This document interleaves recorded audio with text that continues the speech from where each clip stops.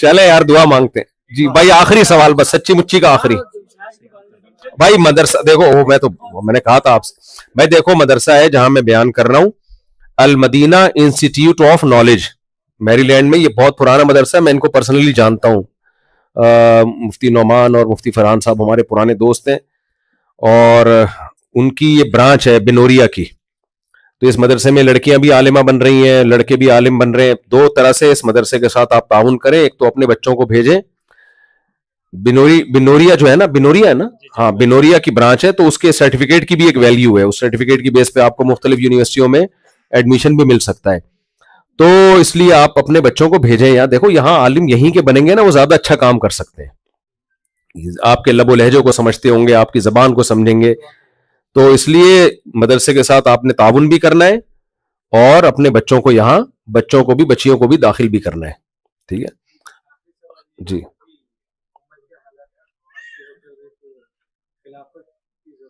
اللہ کا واسطہ خلافت کو چھوڑ دو. جن لوگوں نے بھی خلافت کا نعرہ لگایا ہے نا, انہوں نے اپنے ملک کی واٹ لگائی ہے, اور کچھ بھی نہیں ہوا ہے. شریعت ہمیں کہتی ہے گراؤنڈ ریئلٹی کو سامنے رکھ کے فیصلے کرو کہ کس ٹائم پہ کیا کرنا ہے. سمجھ رہے ہو کہ نہیں سمجھ رہے؟ تو یہ اس کے نام پہ نا بہت سے لوگ نوجوانوں کو غلط استعمال کر رہے ہیں, اور بند گلی میں لے جا کے بند کر دیتے ہیں. آگے پتہ ہی نہیں ہوتا خلیفہ گیا کہاں, وہ جو آیا تھا ہمیں لے کے چلا تھا. یہ پاکستان میں تو بہت ہی منجن بک رہا ہے یونیورسٹیوں میں کہ خلافت قائم, خلافت قائم. کوئی پیکج نہیں ہے ان لوگوں کے پاس. طریقہ کیا ہوگا, کیسے ہوگا؟ تو اسلام ہمیں حکم دیتا ہے زمینی حقائق کو سامنے رکھ کے. آپ نے نبی کی ساری پالیسیاں زمینی حقائق کو سامنے رکھ کر تھی, تو جس وقت جو طریقہ سوٹیبل ہوگا اس کو اختیار کیا جائے گا. تو آپ کو مذہبی آزادی یہاں ملی ہوئی, آپ کو دین کی دعوت کی آزادی ملی ہوئی ہے. اس آزادی سے ناجائز فائدہ مت اٹھاؤ. ایسی چوڑیاں ادھیڑیں گے, سب پہ پابندیاں لگیں گی, اور جو تھوڑا بہت رہ گیا نا اسلام, وہ بھی زمین میں دھس جائے گا. تو اتنا ایفورٹ کریں جتنا چل سکتے ہیں. وہ تو امیر سے شانتی کی, اس پہ پورا ایک ٹاپک ہے. مدلل میرا ایک ڈیڑھ گھنٹے کے بیانات ہیں کہ اسلام میں ہمیں غیر مسلم اسٹیٹ میں کیسے رہنا ہے, اس کی بھی ہدایات اسلام میں موجود ہیں, قرآن میں موجود ہیں. وہ جاؤں گا تو بہت لمبی بات ہو جائے گی. وہ میرے پورے اس پہ بیانات ہیں کہ غیر مسلم کنٹری میں آپ نے کیسے رہنا ہے. سمجھتے ہیں کہ نہیں سمجھتے؟